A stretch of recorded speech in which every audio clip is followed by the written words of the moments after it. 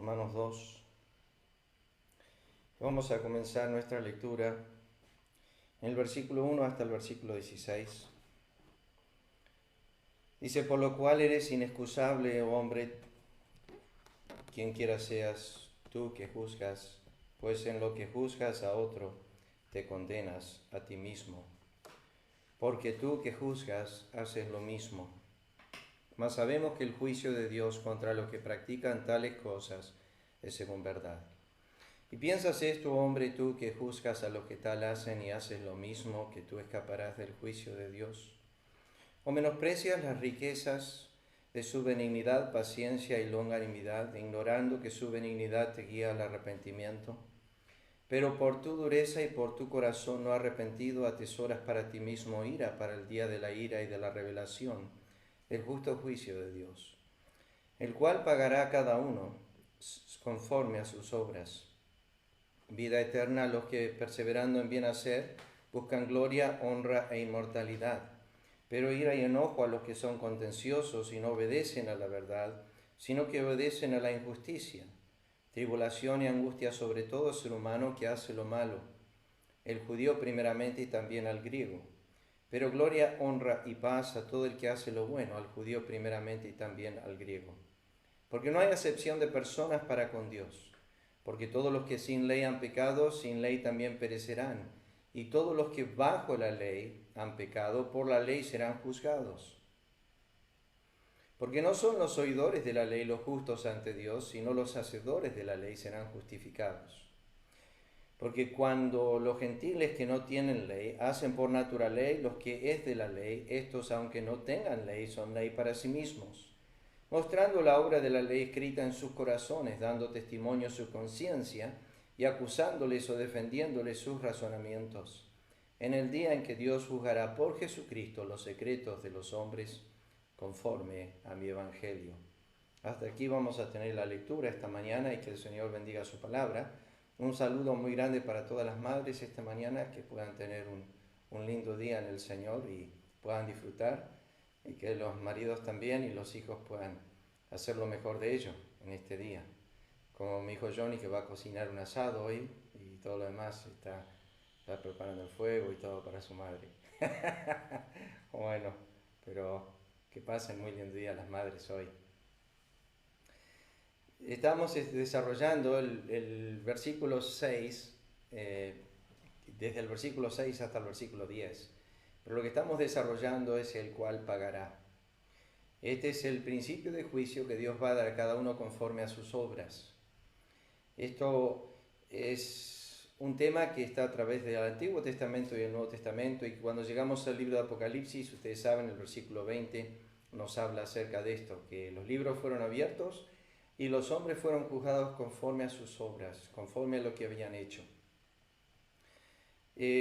Algunos creen, como yo ya dije la semana pasada, que el versículo 7 al 10, hay 5 puntos de vista en el mirar el texto. Es uno de estos pasajes complicados que bajo inspiración divina el apóstol Pablo escribió. Sin embargo, algunos creen, para resumirlo en 2 partes, algunos creen que lo que Pablo está diciendo es un caso hipotético, y lo que está diciendo es que si tú quieres justificarte por las obras de la ley, bien puedes, Dios te va a pagar conforme a tus obras. Si notan en versículo 13, hay una línea de pensamiento en cuanto a eso, porque no son los oidores de la ley los justos ante Dios, sino los hacedores de la ley serán justificados. Esta forma de hablar de las Escrituras se halla no aquí solamente, sino repetidas veces en el Nuevo Testamento. Pero déjeme que le acompañe, creo que lo hemos leído ya, pero Juan capítulo 5, que creo que hemos hecho mención de esto ya, pero volver a simplemente hacer memoria, Juan el capítulo 5, donde nosotros tenemos aquí mencionado este mismo tipo de pensamiento. El Señor dice, en cuanto al juicio final, en el versículo 28 y 29, no os maravilléis de esto, porque vendrá hora cuando todos los que están en los sepulcros oirán su voz. Los que hicieron lo bueno, el énfasis es en el hacer el bien, saldrán a la resurrección de vida. Y más los que hicieron lo malo, lo mismo que está diciendo Pablo en Romanos 2, 7 al 10, que van a ser recompensados los que perseveran en bien hacer y también los que hacen lo malo. Pablo pone dos categorías, los que hacen el bien, los que hacen el mal. Obviamente que eso se contradice en el capítulo 3 cuando dice no hay quien haga el bien, no hay ni siquiera uno. Entonces Pablo no puede estar hablando de seres humanos aparte de Cristo. Y si estamos hablando de seres humanos aparte de Cristo, está diciendo que Dios va a ser justo en recompensar a seres humanos moralistas o que se creen justos, que se han hecho conforme a la ley de Dios, van a ser recompensados con vida eterna. Ese fue un concepto sacado del Antiguo Testamento, la ley. Dios recompensaba con vida a los hombres que se portaban conforme a la ley. Pero sabemos que nadie se justifica por las obras de la ley y sabemos que Pablo, todo el discurso de Romanos es para mostrarnos la justificación que es por la fe. Entonces es un obrar de Dios por la fe. Pero aquí tenemos este concepto que es lo que quiero que quede en claro, el concepto de bueno y el concepto de malo. ¿Cómo se introduce este tema? Porque tienen que tener en mente que dice a resurrección de vida los que hicieron lo bueno y a resurrección de condenación los que hicieron lo malo. Teniendo este versículo en mente, quiero que vayan a Hechos, el capítulo 24, versículo 15, para comparar lo que está diciendo los que hicieron lo bueno. ¿Qué llama Dios a los que hicieron lo bueno y qué llama Dios a los que hicieron lo malo? Fíjense, ahí en Hechos 24, versículo 15. Teniendo esperanza, dice Pablo, en Dios, el cual ellos también abrigan, de que ha de haber resurrección de los muertos. Así de justos, eso es lo que hicieron lo bueno, como de injustos, eso es lo que hicieron lo malo. O sea que la Biblia compara los justos con los que hacen el bien y los injustos con los que hacen el mal. Entendemos que el concepto de ser justo y hacer el bien proviene de Dios, pues Filipenses dice que Dios es el que produce el querer como el hacer. Entendemos de muchos pasajes, que no tenemos tiempo ni vamos a estar mirando eso, pero muchos pasajes que hacen esta referencia en la Escritura, que hacen referencia a el bien hacer de los justos y el mal hacer de los impíos. Por ejemplo, en Isaías, el profeta Isaías en el capítulo 3, y vayamos en un momento, creo que hicimos referencia a esto, pero solamente para refrescar la memoria, no vamos a decir más acerca de perseverando. Hicimos mucho énfasis sobre eso, pero Isaías capítulo 3, noten estos dos versículos. El versículo 10 y 11 dice, decid al justo que le irá bien, porque comerá del fruto de sus manos, o sea, lo que ha hecho va a recibir recompensa. Pero después dice en versículo 11, ay del impío, mal le irá, porque según las obras de sus manos le será pagado. Los dos conceptos que están en Romanos 2. Los dos conceptos que están en Juan capítulo 5, esos conceptos de decirle al justo que le irá bien y decirle al impío que le irá mal, porque le será recompensado conforme a su hacer. Lo que Pablo está diciendo, yo creo, porque hay dos puntos de vista, y tú puedes creer uno de ellos o puedes interpretar el pasaje de esas dos formas.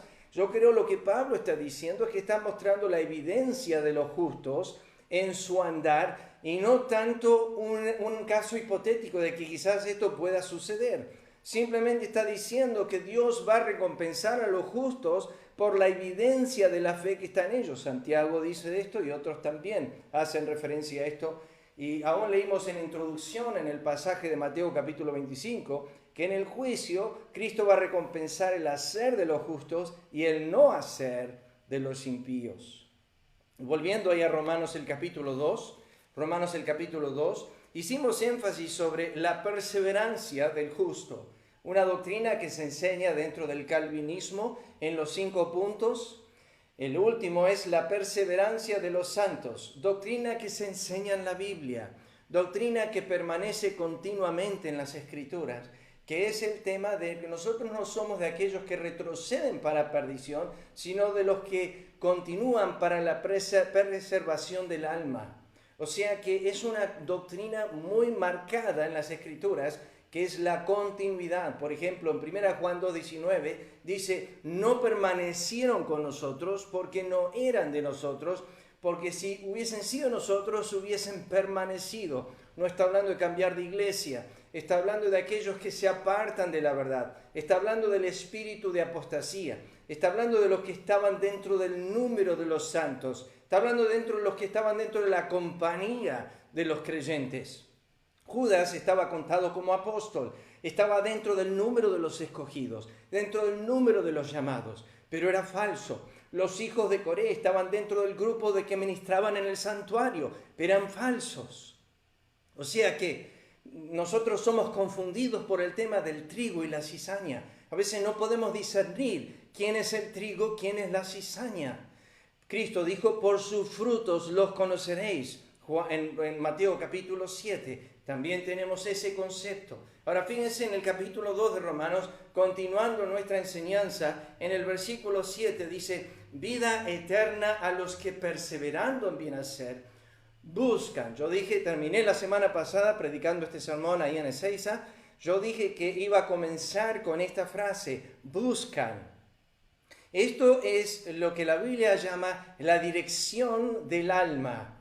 Es como David dijo en Salmo 25, a ti, oh Jehová, levantaré mi alma, levantaré mis ojos a lo alto, dice David en el Salmo 121. ¿De dónde viene mi socorro? Mi socorro viene de Jehová. Mis ojos, dijo David en Salmo 16, están siempre hacia Jehová. Esto es la dirección del alma. Por así decir, es el alma mirando en qué dirección está mirando. La Biblia es clara en cuanto a este tema de búsqueda. No solamente los justos, sino también los impíos. Cristo enseñó esta verdad doctrinal en un discurso en el Sermón del Monte, cuando dijo, los gentiles buscan todas estas cosas. E hizo una distinción, dijo, sí es verdad que los gentiles buscan, pero vosotros buscad primeramente el reino de Dios y su justicia. Eso es Mateo 6, 32 y 33. Mateo 6, 32 y 33. Y acá tenemos la frase buscan. Yo quiero que vayamos a algunos pasajes para entender el concepto de esto en relación a los justos, en relación también a la desesperación de los impíos.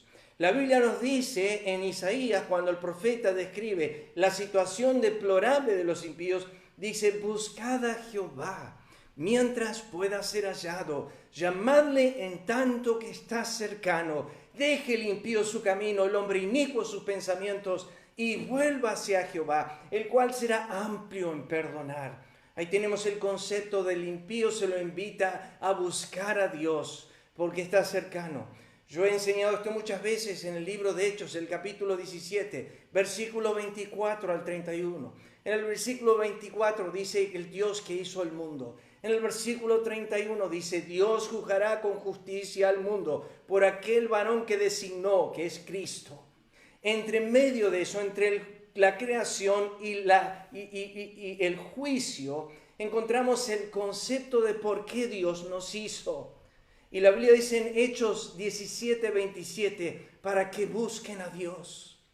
La esencia del motivo por el cual el hombre fue creado es para que busquen a Dios. Y Salmos dice, Dios desde los cielos mira sobre los hijos de los hombres para ver si había algún entendido que buscara a Dios. Y no hay ninguno. Romanos 3 dice, no hay quien busque a Dios. No hay ni siquiera uno. Este espíritu de búsqueda es un espíritu que se engendra en lo que llamamos la gracia anticipada de Dios. Dios obrando en gracia en el corazón de los hombres. El hombre comienza a buscar a Dios. Una de las referencias que a mí más me gusta es en el Evangelio de Juan. Y quiero que vayan ahí un momento. Juan el capítulo 1, versículo 38. Quiero que noten estas referencias importantes en cuanto al espíritu del creyente. Dios pagará conforme a sus obras a los que, vida eterna, a los que perseverando en bien hacer, agrega el Espíritu de Dios, buscan. Yo amo a los que me aman, dice Proverbios 8, 17, y me hallan los que temprano me buscan. Noten aquí Juan 1:38. Dice, Cristo volviéndose atrás, viendo que le seguían, les dijo, ¿qué buscáis? ¿Qué buscáis? Cristo estaba mirando a sus discípulos, a estos discípulos que no eran suyos, eran de Juan. En el versículo 35 dice, Juan 1:35, el siguiente día otra vez estaba Juan y dos de sus discípulos. Estos eran discípulos de Juan. Y cuando escucharon a Juan hablar de Cristo, se fueron tras Cristo. Eso está perfecto. Eso es como debe ser. Nosotros debemos hablar de Cristo de tal forma que las almas se enamoren de Cristo y sean cautivadas por Cristo y no por nosotros, no por nuestro carisma, no por lo que somos, sino meramente por Cristo. Dice aquí en Juan 1:38, ¿qué buscáis? Ellos dijeron, Señor, ¿dónde moras? Y empezó una relación entre ellos. Pero ellos vinieron buscando a Cristo. Esa búsqueda está bien.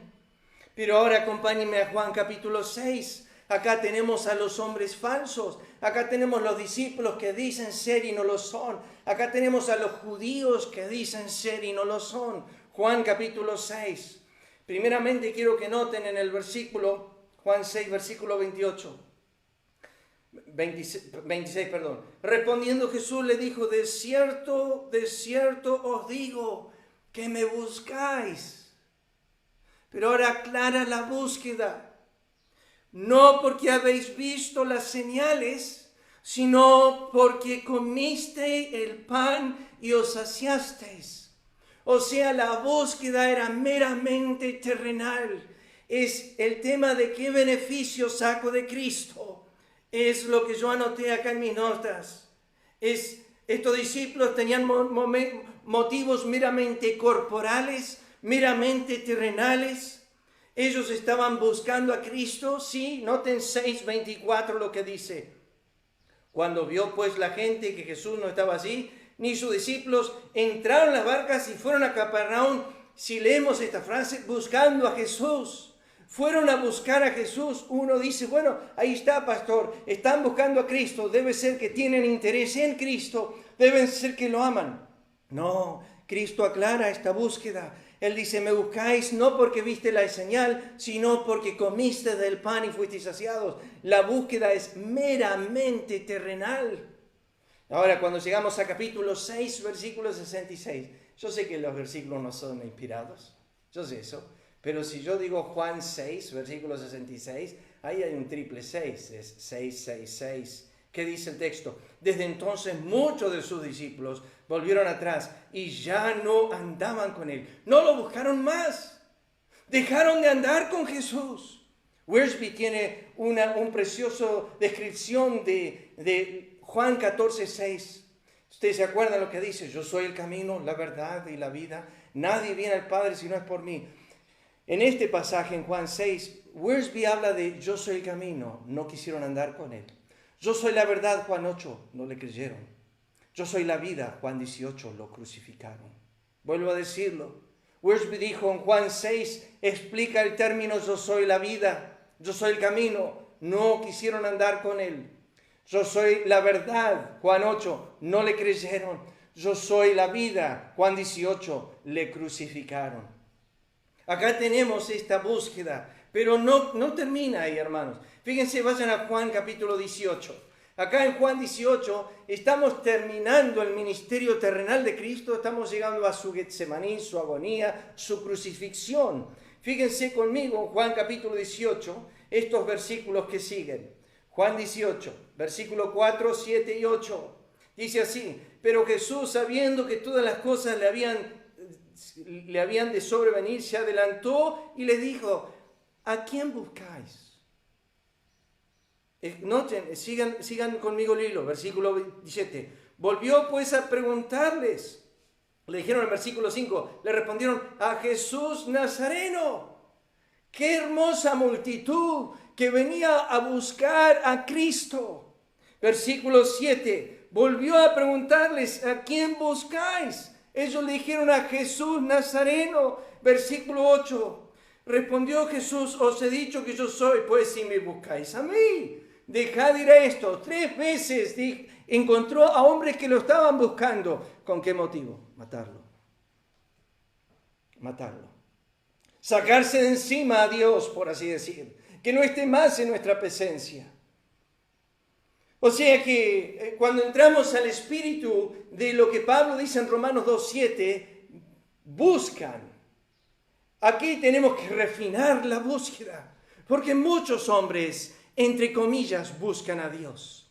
Algunos, como dice Oseas, claman a mí desde sus camas, pero no claman a mí, sino claman por el pan y por el mosto, por el vino, claman para tener el sustento de cada día, pero no es que me buscan a mí. No quieren saber nada conmigo, dice Dios en el libro de Oseas. Acá tenemos hombres que están buscando a Cristo, pero con la intención de matarlo. Por ejemplo, retrocedan conmigo, vayan al capítulo 7 de Juan. Capítulo 7 de Juan. Y estoy usando la misma palabra griega, por favor entiéndanme. No estoy agregando palabras aquí. Lo que pasa es que los traductores tradujeron la palabra como ahora se las voy a mencionar, diferente. Noten capítulo 7, versículo 1.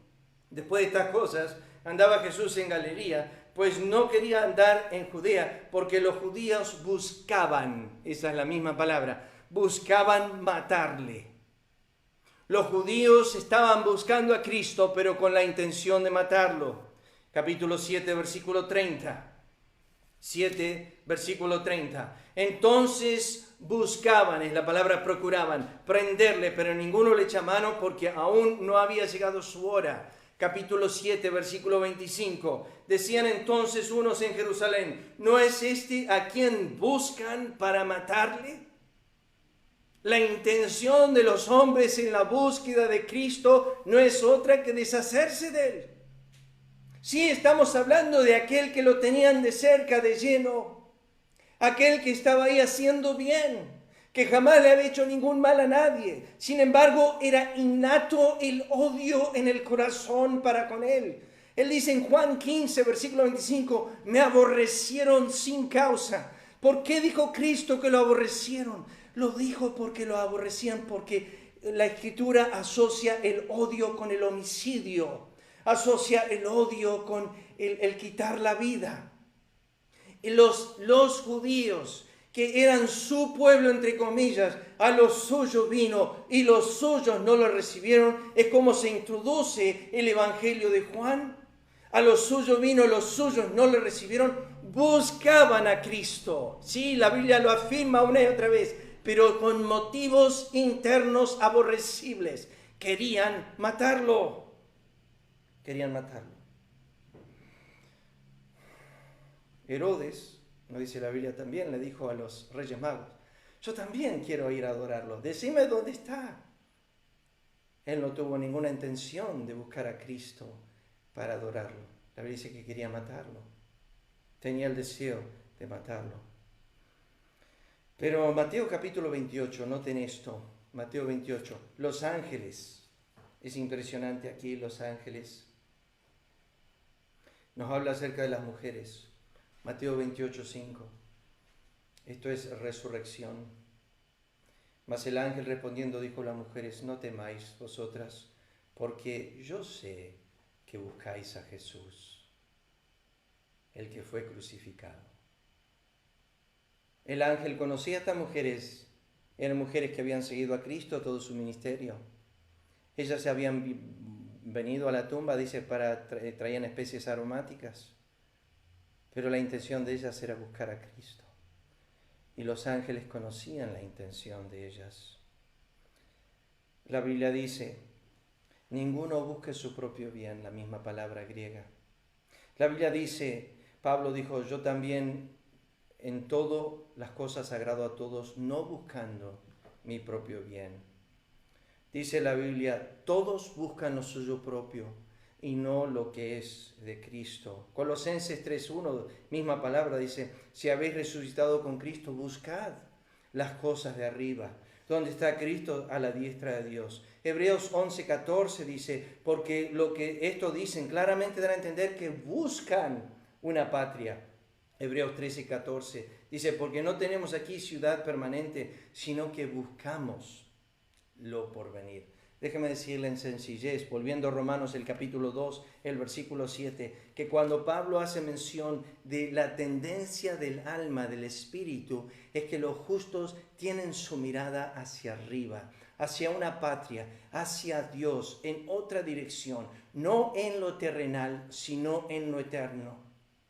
Ahora, no quiere decir con eso que no haya creyentes que estén poniendo la mira en las cosas terrenales, pero la dirección real es esta, y Pablo hace mención de 3 aspectos que son todos tienen que ver con la gloria de Dios o tienen que ver con lo celestial. Fíjense Romanos 2:7. Pablo dice, buscan gloria.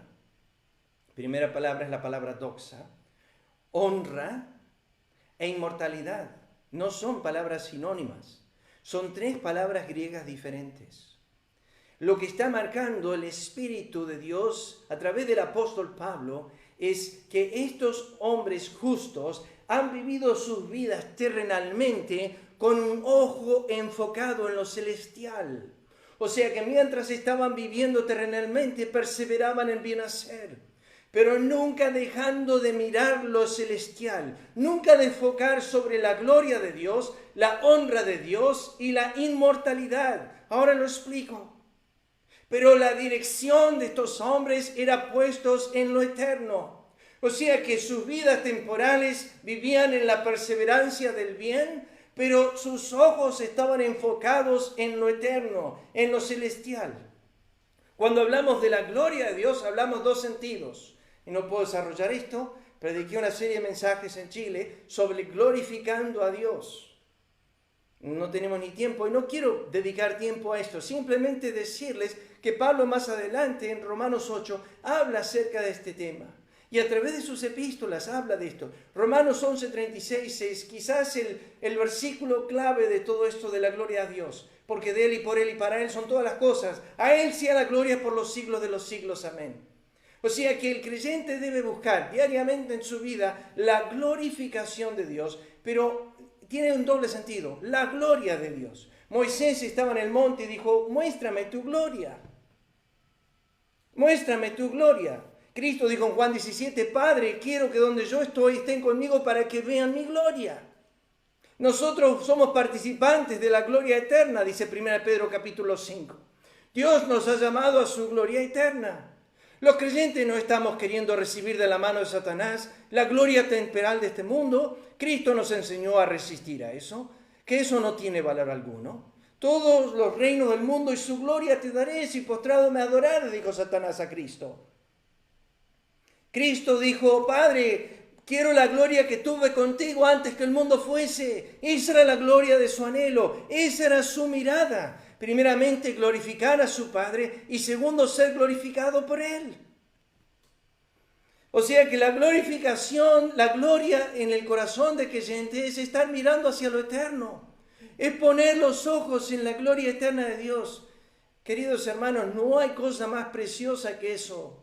No hay cosa que llene más el corazón. Si las glorias que revelan los cielos y la tierra de Dios son ráfagas de Él, ¿qué será su inmensidad? ¿Qué será su esencia? ¿Qué será estar en su presencia? Si disfrutamos con nuestros ojos y nuestros oídos y nuestras mentes de lo que Dios ha hecho momentáneamente en lo terrenal. Si pudiésemos viajar a los astros, si pudiésemos mirar el universo, diríamos magnífico, glorioso. Sin embargo, la Biblia dice es el borde de sus caminos, es un susurro de Él, no es nada cerca de Él. Lo segundo es honra. Noten, Pablo dice en Romanos 2:7, buscan gloria, honra e inmortalidad. Primeramente gloria, la gloria de Dios, pero luego la honra. Doble sentido de nuevo. La Biblia lo aclara de esta forma. Tenemos, Cristo dijo en Juan capítulo 12, versículo 26, el que me sirve, mi Padre le honrará. Pablo dijo en 2 Corintios 5, versículo 9, procuramos, es la palabra amor por honra, procuramos, o presente o ausente, serle agradable. El creyente debe estar deseando la honra que puede dar a su Dios y la honra que recibe de su Dios. Recuerden en 1 Samuel 2:30 cuando dice, yo honraré a los que me honran. Engrandece la sabiduría y ella te engrandecerá. Escuchen, queridos hermanos, el espíritu de los creyentes es buscar la gloria de Dios y es buscar la honra de Dios.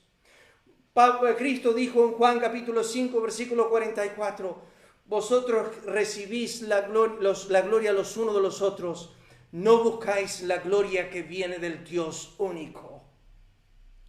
Ellos amaban más la gloria de los hombres que la gloria de Dios, dice la Escritura. Herodes, cuando estaba en su trono, murió en su trono, buscando la gloria, aceptando la gloria humana. Nabucodonosor se dio cuenta que Dios no acepta que los hombres se glorifiquen a sí mismos. Satanás fue expulsado del cielo por buscar su propia honra.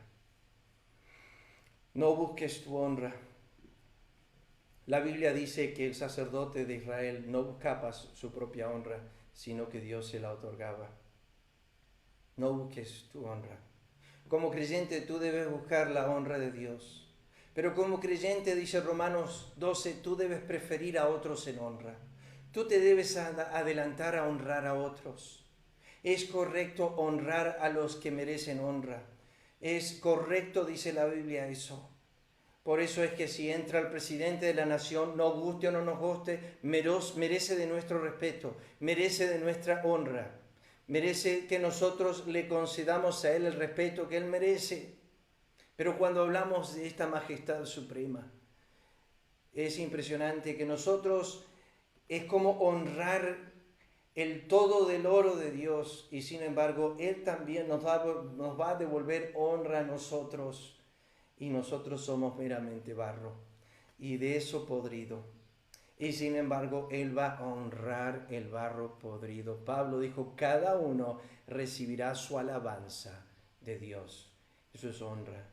Dios honrará a los que le honran. Y finalmente, noten en el versículo 7, al final dice, inmortalidad. ¿Qué es eso? La inmortalidad es aquello que deja de perecer. Aquello que nunca va a sufrir la muerte, pero aquello que nunca va a sufrir la corrupción. La Biblia describe la inmortalidad o la incorrupción en 1 Pedro 1:4 cuando habla de nuestra herencia.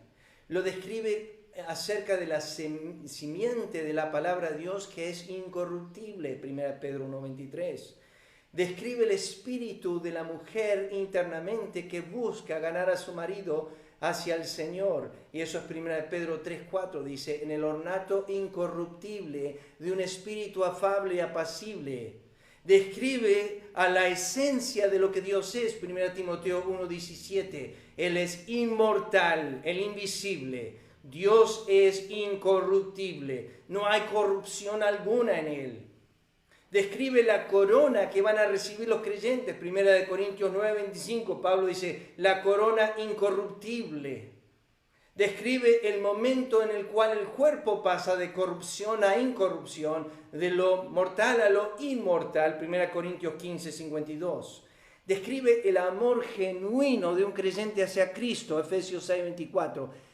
La traducción de los traductores lo pusieron como amor inalterable. En la misma palabra griega es amor incorruptible, que no se desvanece con el tiempo. No son creyentes ficticios que aman a Cristo por un tiempo y luego se van, que dejan de amarlo. No, el amor incorruptible, inalterable de un creyente es el amor genuino para con Cristo. Persevera hasta el fin. Y también es el fruto del Evangelio, 2 de Timoteo, capítulo 2, versículo 1, capítulo 2, 2 de Timoteo, capítulo 1, versículo 10. Algunas referencias en cuanto a eso, solamente para que piensen, queridos hermanos, en cuanto a eso. Pero, dice versículo 8, pero. Este pero aquí, queridos hermanos, debe ser el más triste, el que nos debe provocar más temor y temblor. Déjenme presentarles la escena en esta mañana y me quedan unos minutos, así que no vamos a desarrollar el texto, pero déjenme presentarles la escena. Pablo describe aquí a Dios y al impío. Dice en versículos 8 y 9, pero ira y enojo, y dice tres cosas del impío. Son contenciosos, no obedecen a la verdad obedecen a la injusticia. Este paralelo lo encontramos mucho en la Escritura. Dios no pone un punto muerto en el impío. No hace esto, pero hace esto. Eso lo vemos muy a menudo. Por ejemplo, aborrecen la luz, aman las tinieblas. Son sabios para el mal, ingenuos para el bien. O sea, encontramos este paralelismo abundante en la Escritura. Yo tengo anotado varios. Lo que tenemos aquí es no obedecen, pero obedecen. O sea que los impíos son obedientes y son desobedientes al mismo tiempo.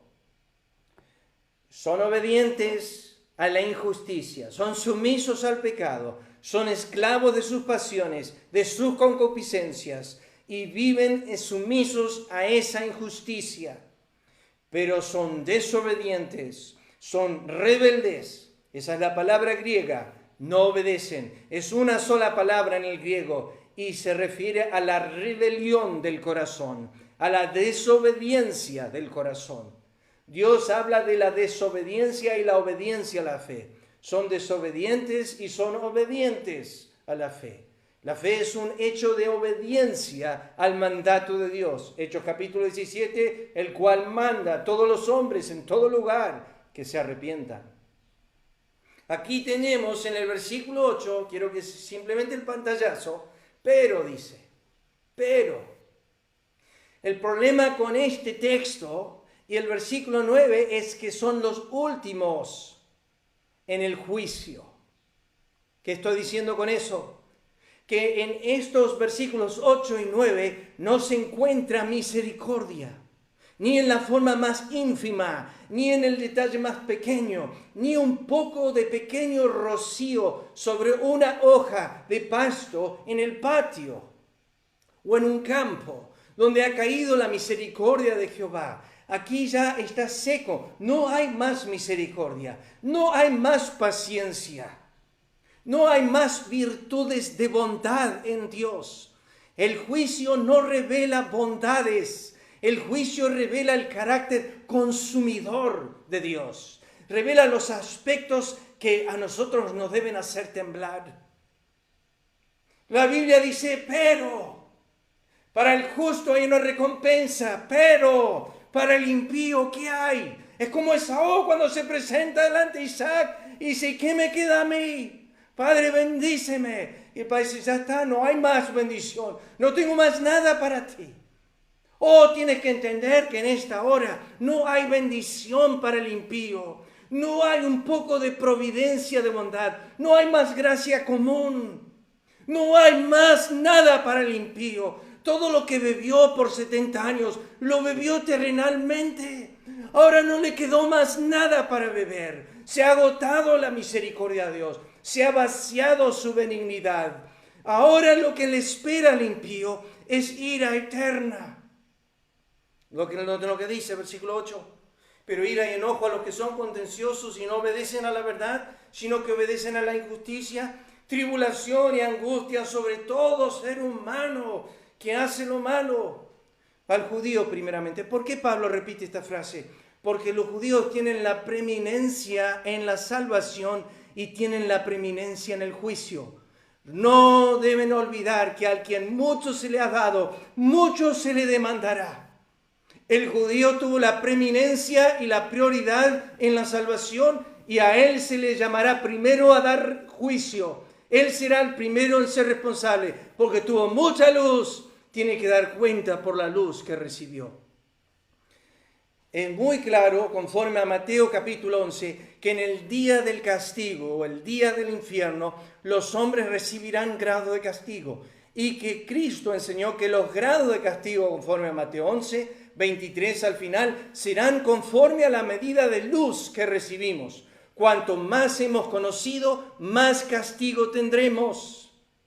Cuanto más luz tenemos, más será nuestro juicio.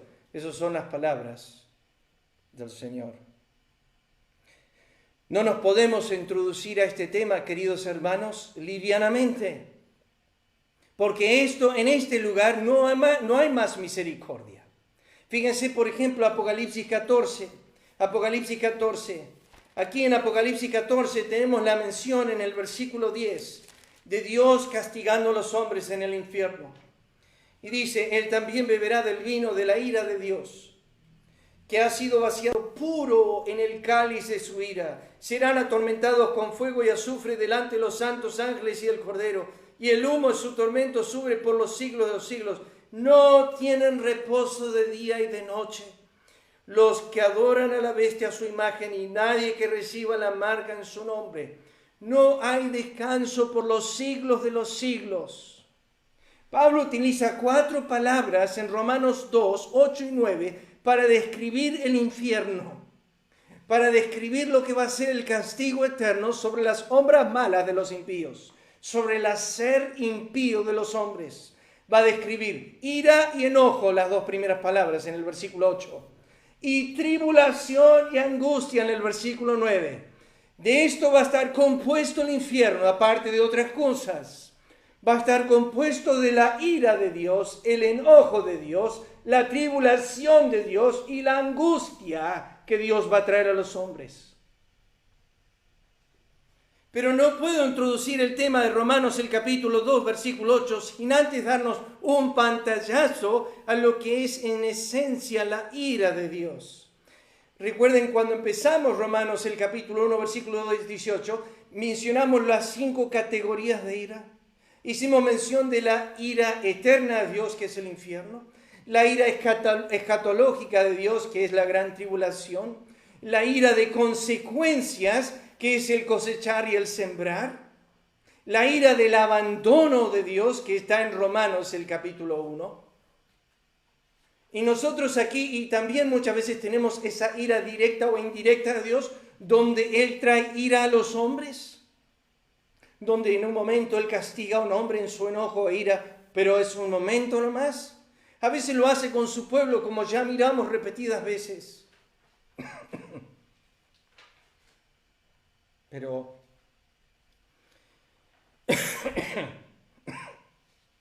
para introducir este tema, y cierro con esto esta mañana. Tal vez les sorprenda, dijo Grudem, hallar cuán frecuentemente la Biblia habla de la ira de Dios. Sin embargo, si Dios ama todo lo que es justo y bueno, y todo lo que se conforma a su carácter moral, no debería sorprendernos que deteste todo lo que vaya contra su carácter moral. La ira de Dios dirigida contra el pecado está, por consiguiente, estrechamente relacionada con la santidad y la justicia de Dios. Y la ira de Dios se puede definir como sigue, dice Grudem. La ira de Dios quiere decir que Él detesta intensamente todo pecado.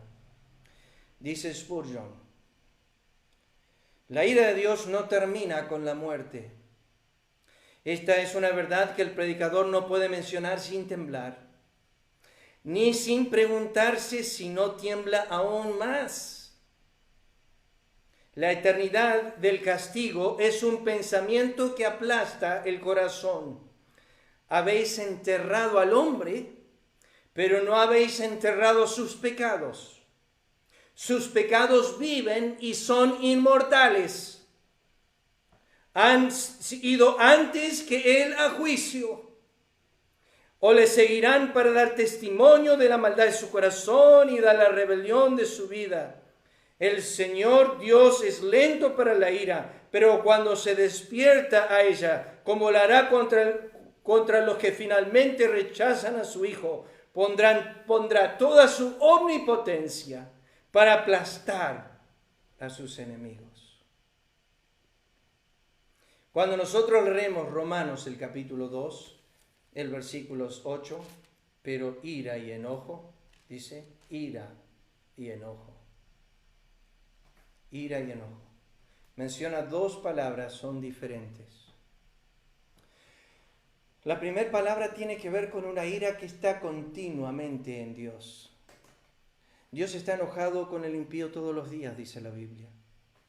Pero la siguiente palabra tiene que ver con la expresión de esa ira, que tiene que ver con un hombre corriendo a su enemigo y que va respirando fuerte.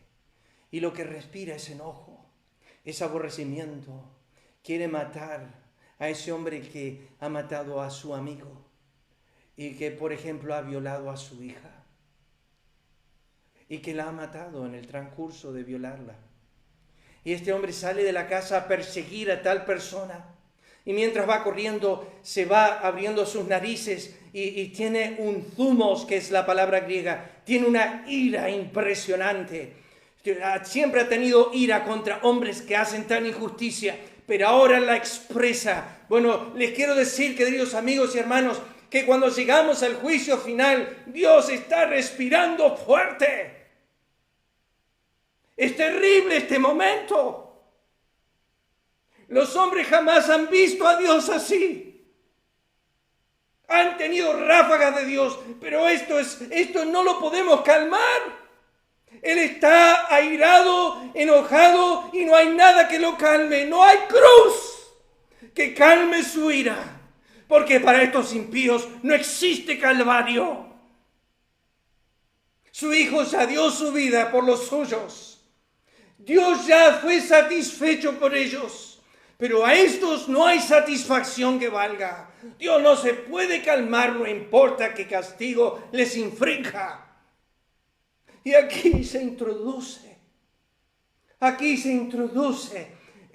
la ira y el enojo de un Dios santo.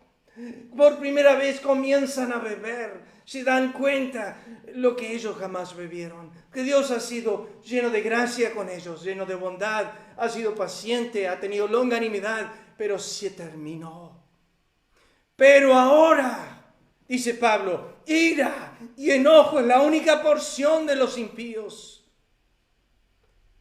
Lo más triste de todo es que las dos palabras que utiliza Pablo, que son tribulación, la palabra tribulación es presión. Y la palabra angustia tiene que ver con lugar estrecho. La Biblia dice que Dios confina a los hombres en lugares solitarios en el infierno.